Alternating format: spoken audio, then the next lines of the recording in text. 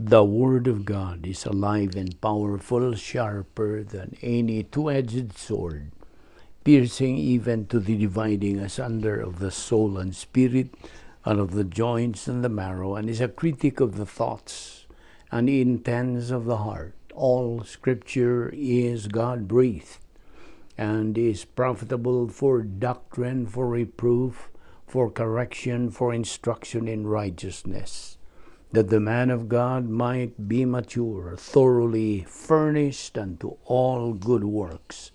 Study to show thyself approved unto God, a workman that needeth not to be ashamed, rightly dividing the word of truth.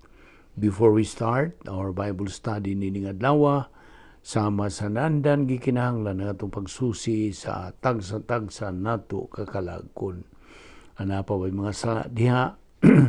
Otherwise kini kung dili na ito isugid nga sa Diyos kamahan, mahimo lamang kining babag sa atong pagkabuhaton nga pagtuon sa pulong sa Diyos.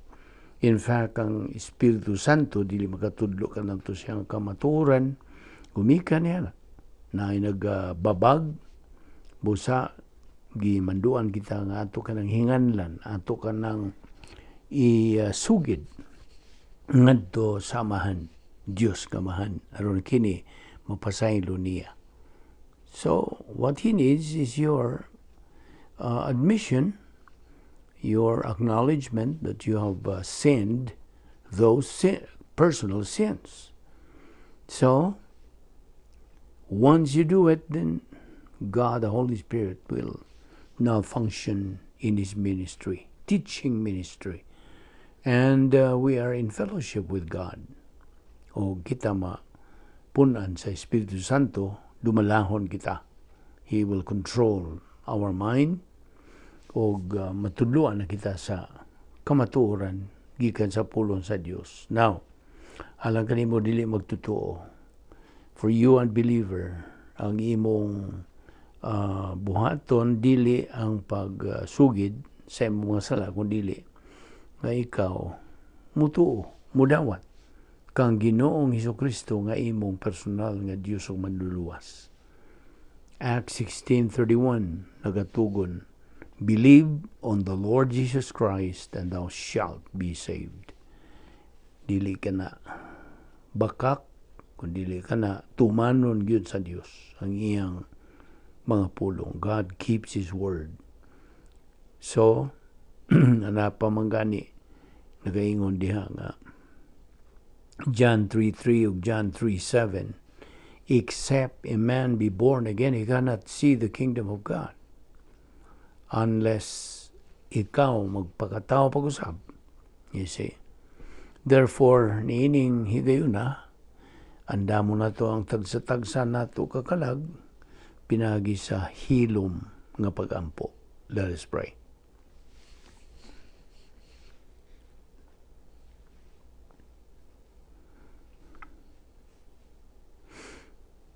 Magampo, tabalaan na mga Diyos. Nagapasalamat kami kanimo unas tanan, nining grasya nga among pahimuslan o sab. Grasya nga kami buhi pa nining among lawas, nagaginhawa pa kami, askil pa among pandihok, o ganapay kalantip sa among pangunahuna, kini gumikan lamang sa imong grasya, sa imong gugma, imong kaluoy, o nga kami igot lamang magsunod sa imong mando, imong pahimangno, imong pasidaan, imong kabubuton, imong tuyo, imong plano sa among kinabuhi. Salamat o Dios, niining among Bible study pinagi sa YouTube sa Vic Balbido Evangelistic Ministry. Grasya kining among giangkon o bani kami, tultuli kami. Pasabta kami dugang pangkamaturan. Masarang namo ikadugang sa napundo na nga mga doktrina o mga prinsipyo na magamit sa mga lalong Kristo anong pagkinabuhi.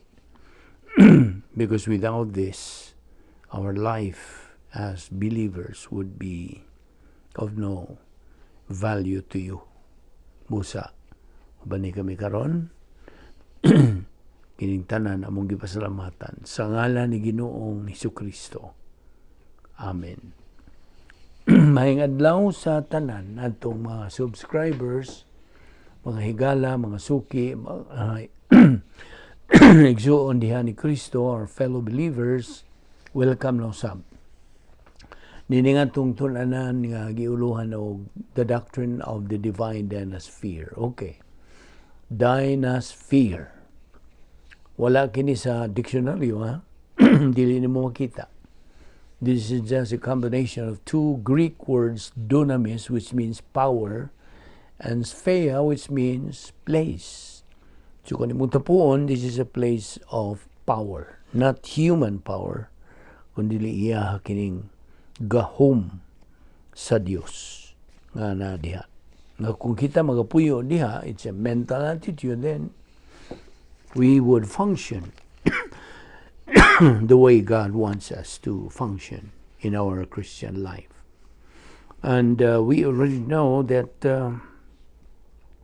we are positionally secure sa diha nga mituo, dawat kita kang Kristo nga atong manluluwas. That is the positional truth, kamatuoran sa atong pagkahimutang o atong kahimtang. Excuse me. Let me clear my throat.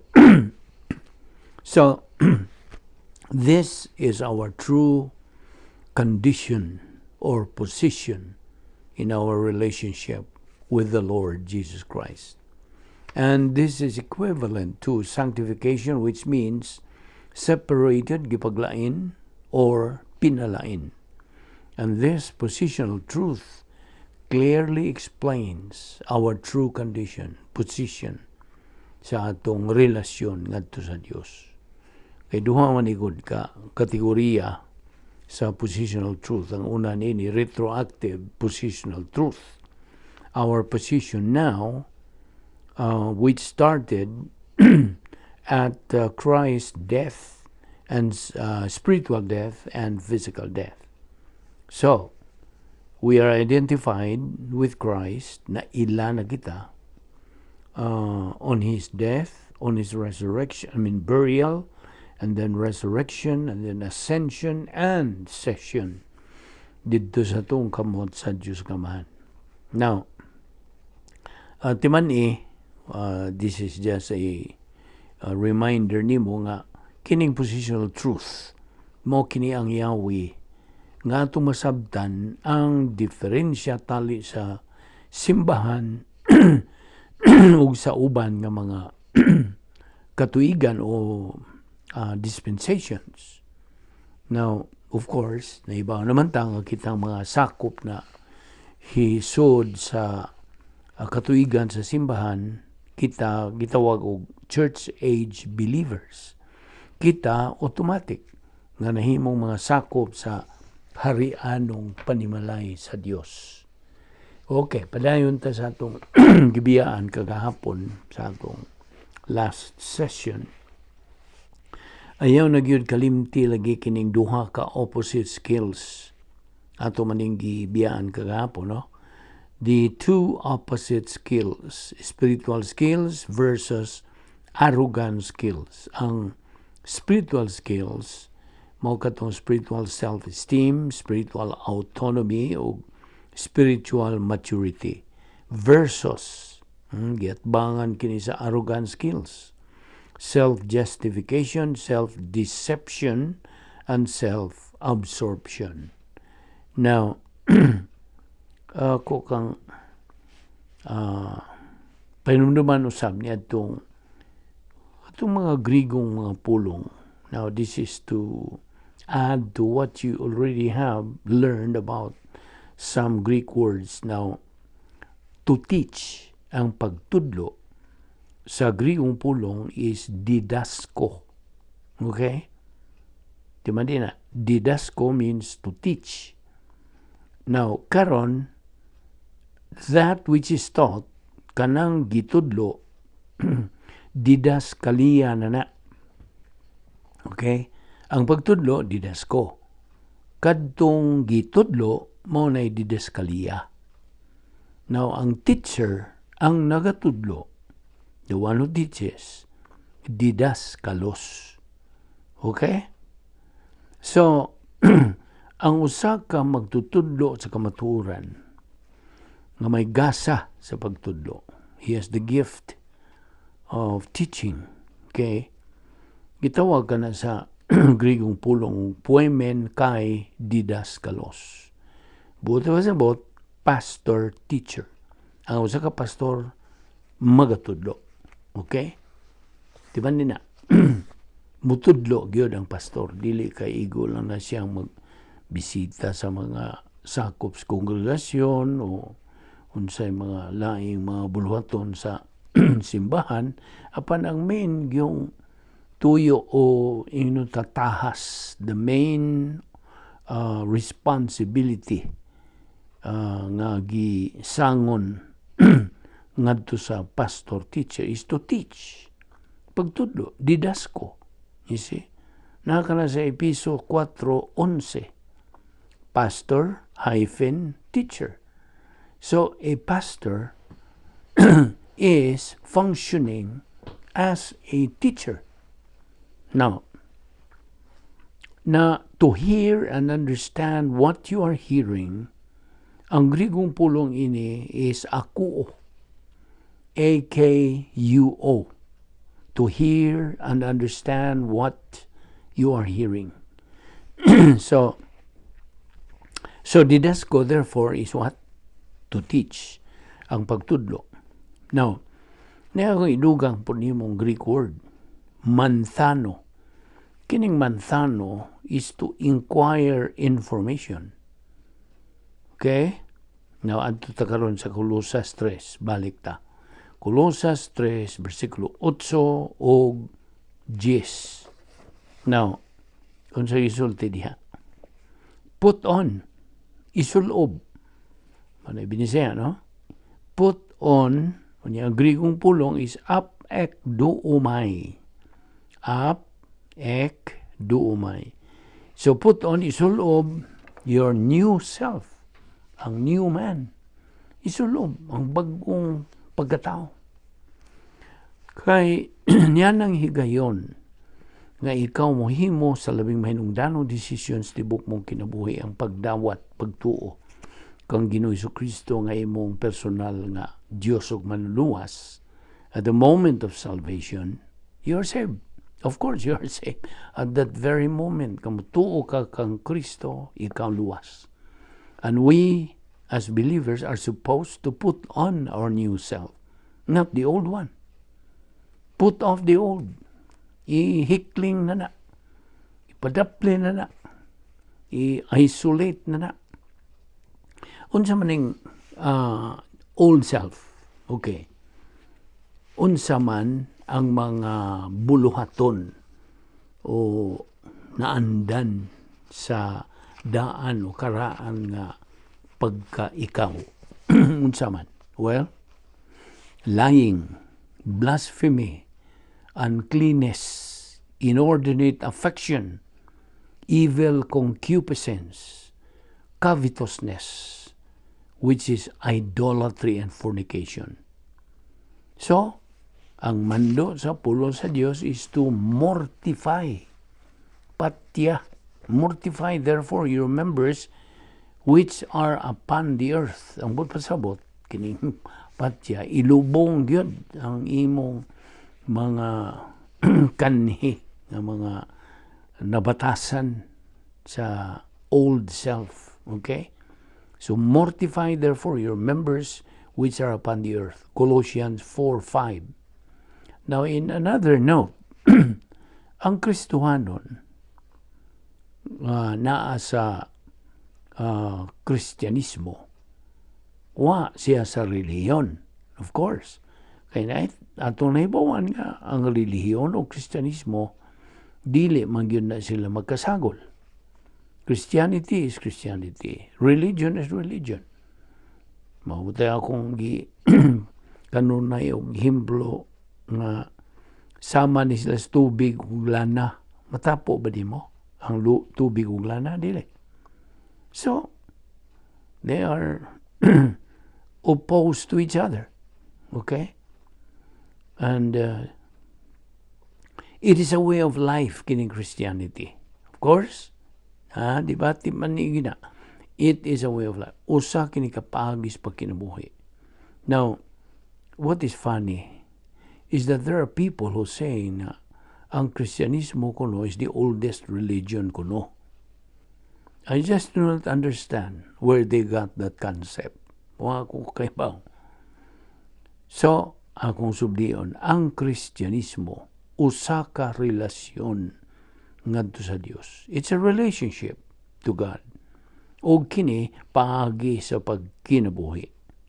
Karon, ang Kristohanon, magtutuo, nga karnal, nagakinabuhi siya o bakak. Do you know that? He is carnal man. Apan Kristiyano, luwas. Hindi kamatay niya sa langit siya pan. Ang iyang Kristohanong kinabuhi, wagid masibo, wa matunong, wa mahiluna sa plano sa Dios. He's living a lie. Kini siya, carnal man, living a lie. Bakak ang iyang kinabuhi. Ang matang sa pagkinabuhi ba niya? Bakak. Now, nasayod naman tayo, it is only being spiritual as a believer that we live the truth. Colossians 3:9. Now, na nga gimanduan kita nga mga Kristohanon, apek do umay. Unsa katutoy meaning apek do umay? Put on, isolob, your new self, your new man. Na Colossus 3, 8 ug 10. Put off the old. Ako na pong balikon.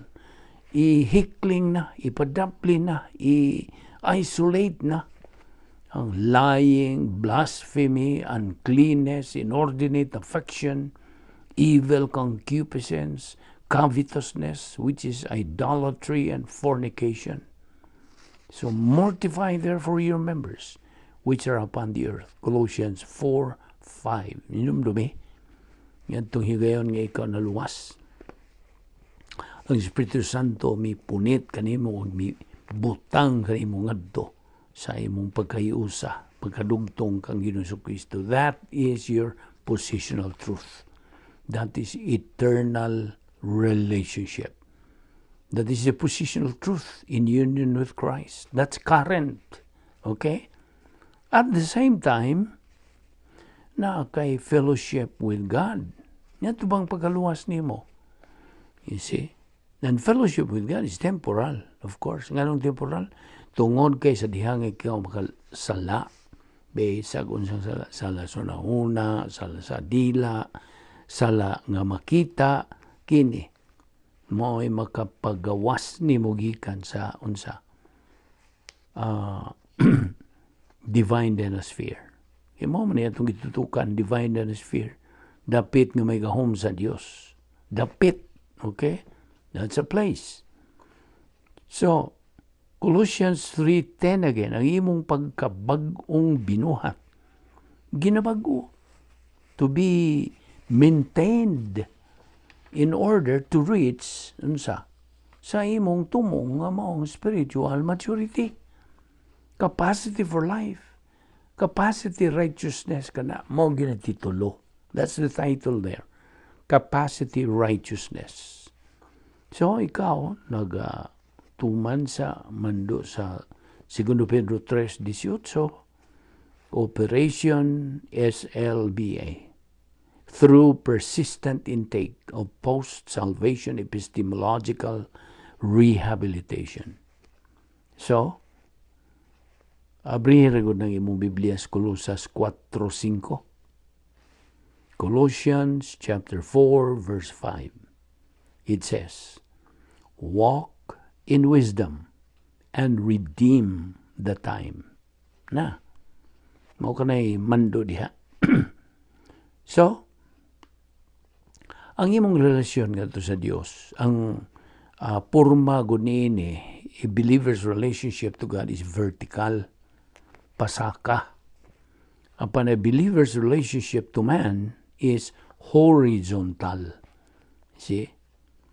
Now, sa Grigong pulong, neos, N-E-O-S, meaning new, bag-o gyud. Ang kainos, murag bag-o because it's maintained. Kainos. So, 2 Corinthians 5:17 again, therefore, if any man be in Christ, he is a new, what? Creature. Old things are passed away. Behold, all things are become new. Bago na tanan. Di pa ka gustog bago. Now, believers, believers are new species. They are sanctified. Pinalain na o binalaan na. Kung sa binalaan, sanctified. They're supposed to remove their old selves. Uso sa kinaiyang makasasala o ipasulob ang ilang bag-ong pagkatao. Aron kanang makabot yun mo kanang capacity righteousness. Kay kini man God ang objective of every believer to be developed pinagi sa judicial righteousness. It is a special privilege for believers to avail of God's spiritual assets, to be able to attain the capacity stage. Kung sa man ang capacity stage, it's the spiritual maturity. Nasabtan na ba yun mo? Nga itong tumong ihon nga mga magtutuo, spiritual maturity. O the other name for the spiritual maturity is capacity righteousness. Capacity for life, for love, for blessings. Kay kini byproduct ni, resulta kini sa imong pagpadayon sa post-salvation epistemological rehabilitation. Ephesians 4:20 and 21, it says, learn, hearing, taught. Mo matotong iyon mo, learn is mantano. Hearing Christ is akuo. Taught in Christ is didasko. Colossians 3:8-10, put off all these. Ihikling na anger, wrath, malice, etc. Instead, put on the new man. This is only possible by unsa. Di padugay na akong gibungat. This is only possible by post-salvation epistemological rehabilitation. Ephesians 4:20 and 21. Learning Christ, manthano. Hearing Christ, akuo. Taught in Christ, didasko. Now, Romans 12:2 also says, be not conformed to the pattern of this world, but by renewing of your mind. Na, pagbago sa imong pangunahuna. Be not conformed to the pattern of this world, but be transformed by the renewing of your mind. Kaya ang pulong sa Diyos, mao ni hunahuna ni Kristo. 1 Corinthians 2:16. Hagios, holy. Mao kini ang atong tumong iyon nga mga magtutuo. Nga kita binalaan, sanctified, hagios. Kaya ang kinabuhi sa magtutuo is in his mind. The Christian way of life is a mental attitude life. It's a thinking life. In other words, the spiritual life is what is in the believer's mental attitude. So, timan nila, na the Christian way of life is a mental attitude life. Tingali karon pa ka makadungog ni nga itong Bible study through the YouTube. Yes. I suspect nga wag yun hatagi og empasiya sa mga kasimbahanan. Wala. Why? Satan is working on that. Iyang babagan. Na dili makatudlo ang mga pastor, magtutudlo. Bahin ini atong gisgutan. You see? How privileged we are. Kita positibo malagi ngadto sa pulong sa Dios. Once you get positive to the truth, God dili mo kawang siyang pagtudlo kanimo sa kamatuoran. So akong balikon, the Christian way of life is a mental attitude life. That mental attitude which pleases the Lord. Makapahimuot sa Dios. A believer nga karnal, di ba ako kanginan, siya nagkinabuhing usa ka kinabuhing bakak. He lives a life of lies, bakak nga pagkinabuhi. Inumdumi ang tulo ka R's nga itong ito na reception, retention, and recall. Reception, pagdawat. Retention, paghupot. Recall, paghinumdom. Now, ang usa ka karnal kong magtotoo, wa lamang siya magkinabuhing bakak, but ignorant of the truth. You see? Nga nung nakakinabuhi naman siya sa bakak nga kinabuhi, tungod kayo man siya kamaturan. Klaro? Sabot ka ba? Muna nga kitang mga Kristohanon should learn Christ. Manthano. Hear Christ. Ako. Be taught in Christ. Didasko. O isuloob nato ang bag-o natong kinabuhi. Yaman ni, ng usa ka pastor magtutudlo. A pastor teacher is the food preparer. Ephesians 4:11. Muna nga 2 Corinthians 5:17 says, therefore, if any man be in Christ, he is a new creature. Old things are passed away. Behold, all things are become new. So, we have to learn doctrine before thinking doctrine. Gusto? And the Christian way of life is a supernatural way of life. And as such, it requires a supernatural way of execution. O bahin ining maong matang sa pagkinabuhi is the capacity for life. Capacity to live a life pleasing to God. Unsaon? By executing the Christian way of life. Puyo diha sa power sphere, sa divine Dynasphere. Aron ikaw maka-fulfill the protocol plan of God. Mora man na, di ka makatuman sa protocol nga plano sa Diyos kung wa ka diya sa sulod. Di man na, you have, as Christians, we have to reside in this power sphere. Dapit nga may gahom sa Diyos. Dapit. Okay? Today, majority of the people, including believers without doctrine, do not have this capacity for life. Do you know why? Di ba ako bang ano? Tubag? Because of so many bad influences. Labihan sa kadagan.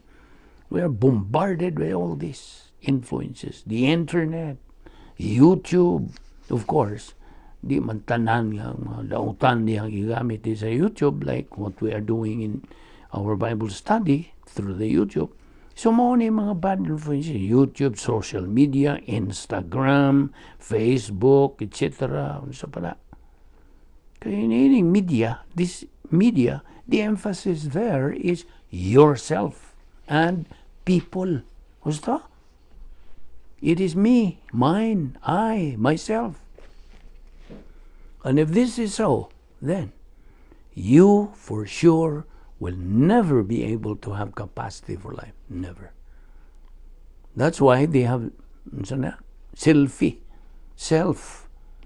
You see, most causes of personal problems is our making bad and wrong decisions. Basta? Mao yun. Sa diya nga mohimo ka mga dautan, ngilad, tawhanon, mga desisyon, then you are in big trouble.